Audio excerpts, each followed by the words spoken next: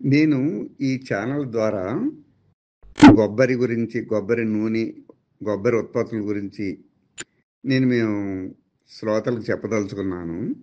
స్థానికుడిగా, చిన్నతనం నుంచి దీని మీద అభిరుచి ఉన్న వ్యక్తిగా నేను ఇటువంటి ప్రయత్నం చేయదలుచుకున్నాను. పిఎం హెగ్డే గారు చాలా కాలం నుంచి కొబ్బరి నూనె, దాని ఆవశ్యకత గురించి చాలాసార్లు ఆయన ఎక్కువగా చెప్పున్నారు. మన రాష్ట్రంలోకి వస్తే విఆర్కే గారు కానీ, సత్యనారాయణ రాజు గారు కానీ అందరూ ఈ ప్రకృతి ప్రేమికులు కొబ్బరి గురించి చాలా కృషి చేస్తున్నారు. చాలా పాపులర్ చేయడానికి ప్రయత్నం చేస్తున్నారు. పోతే రాష్ట్రాల వారీగా తీసుకోవాలి అంటే ముఖ్యంగా కేరళలో ఏనాటి నుంచో కొంచెం ఎక్కువగా పాపులర్ అయి ఉంది కొబ్బరి నూనె వాడకం, కానీ అన్ని రకాల వారు చాలా ఎక్కువ. తర్వాత చెప్పుకోవాలంటే రాజస్థాన్లో కొబ్బరి వాడకం కూడా చాలా బాగా పెరిగి వాళ్ళు మంచి ఫలితాలు పొందుతున్నారు. వాళ్ళు రాజస్థాన్ వారు ఎక్కువగా ఆంధ్ర రాష్ట్రం నుంచి మాత్రమే పర్చేజింగ్ ఎక్కువ చేస్తారు. డ్రై కోకోనట్ కర్ణాటక, కేరళ నుంచి కూడా కొంటారనుకోండి. కొబ్బరి నూనె వల్ల ముఖ్యంగా ఎక్కువ డయాబెటీస్ కానీ, హెల్త్ వైజ్ కానీ, ఎడ్యుకేషన్ వైజ్ అనేక రకాల ప్రయోజనాలు ఎక్కువగా కేరళ వాళ్ళు, తర్వాత రాజస్థాన్ వాళ్ళు కూడా పొందుతున్నారు. కొబ్బరి నూనె మ్యానుఫ్యాక్చరింగ్ గురించి ఆర్కే గారి డెఫినేషన్ నాకు బాగా నచ్చింది. అది ఒకసారి మనం విందాం. ఈ ఆయిల్ వేరు, ప్రపంచం అంతా దొరికే ఆయిల్ వేరు. ఎడలో సంవత్సరం అటక మీద ఉంచిన తర్వాత అందులో ఉండే నీరు ఆవిరైపోయి దానిలో ఉండే పాలు సహజమైన ఫెర్మెంటేషన్ ప్రాసెస్లో కొబ్బరి నూనె కింద మారుతాయి. అద్భుతమైన ఔషధ గుణాలు గల కొబ్బరి నూనె కురుడికాయలాగా మారుతుంది.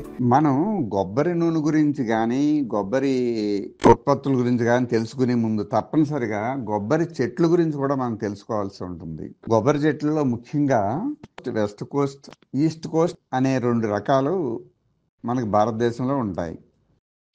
ఇందులో ఈస్ట్ కోస్ట్ వచ్చి ఆంధ్ర రాష్ట్రంలో కోస్టల్ జిల్లాలో ఉంటుంది.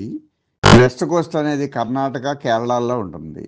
ముఖ్యంగా ఈస్ట్ కోస్ట్ చిన్నంగి, గంగాబొండం అనే డార్క్ వెరైటీస్ కూడా ఉంటాయి. ఇవి ప్రకృతిలో దేవుడిచ్చిన ఒక రకమైన వరం అన్నమాట. వీటితో క్రాస్ పొల్యూషన్ అయి different types of plants produce అవుతూ ఉంటాయి. వెస్ట్ కోస్టాల్తో పాటు మలైండార్ఫ్ ఆరెంజ్, మలైండార్ఫ్ గ్రీన్, మలైండార్ఫ్ ఎల్లో అనే డార్క్ వెరైటీస్ కూడా ఉంటాయి. ఇవి ప్రకృతిలో సహజంగా ఏర్పడినవి. వీటి వల్ల ఈ tall varieties, dark varieties mix అవ్వడం వల్ల హైబ్రిడ్ ప్లాంట్స్ వస్తాయని చెప్పుకోవచ్చు మనం. ఈస్ట్ కోస్టాల్ ఆంధ్ర రాష్ట్రంలో కోస్తా జిల్లాల్లో మాత్రమే ఎక్కువగా ఉండే ఇది గుడులు, గోపురాల్లో కొట్టడానికి ఎక్కువ ఇష్టపడతారు దీన్ని. ఇది మరీ పెద్ద సైజు కాకుండా, చిన్న సైజు కాకుండా మధ్యస్థంగా ఉంటుంది. దీంట్లో లోపల గుంజు కొంచెం దళసరిగా ఉండి నీళ్లు అతి తక్కువగా ఉంటాయి. ఇండియాలో రాజస్థాను, ఢిల్లీ కొంచెం వేడి ప్రదేశాలకు ఎక్స్పోర్ట్ చేసినప్పుడు ఆ నీరు ఆవిరయ్యే అవకాశం ఉంటుంది, కానీ గమ్ముని కాయ కుళ్ళిపోయే గుణం ఉండదు దీనికి. అందుకని దీన్ని ఎక్కువగా వేడి ప్రదేశాలైన రాజస్థాన్ కానీ, ఢిల్లీ ఇటువంటి చోట్లకి ఎక్కువ ఎక్స్పోర్ట్ చేయడానికి ఎక్కువ ఇష్టపడతా ఉంటారు. ఈస్ట్ కోస్టాల్లో గుంజు దళసరిగా ఉండటం వల్ల, నీరు తక్కువగా ఉండటం వల్ల ఆ నీటిలో ఉన్న లవణాలని కానీ, నీటిలో ఉన్న మినరల్స్ని కానీ మొక్క తీసుకుని సంగ్రహించి దాంతో మిళితమైన మొక్క డ్రై అయిన తర్వాత దాన్నే కురుడిగా కన్వర్ట్ అవుతుంది. అలా కన్వర్ట్ అయిన కురుడి నుంచి ఆయిల్ తీసే విధానం అనేది పురాతన కాలం నుంచి కోస్తా జిల్లాల్లో ఉంది. ఈరోజు కొత్త విషయం కాదు ఇది. ఒక విచిత్రమైన విషయం ఏంటంటే, మనిషిని పోలేని మనిషి ఉండడు అని కొందరు అంటారు కదా. అదే పద్ధతిలో కొబ్బరి మొక్కను పోలిన కొబ్బరి మొక్క ఉండదు అనేది ఒక విచిత్రమైన విషయం. ఈ రోజుకి ఎక్కువ ఇంట్రెస్ట్ ఉన్న రైతులు వాళ్ళ తోటల్లో ఏ చెట్టు ఏ కాయో ఐడెంటిఫై చేసే పరిజ్ఞానం ఉంటుంది తప్పనిసరిగా.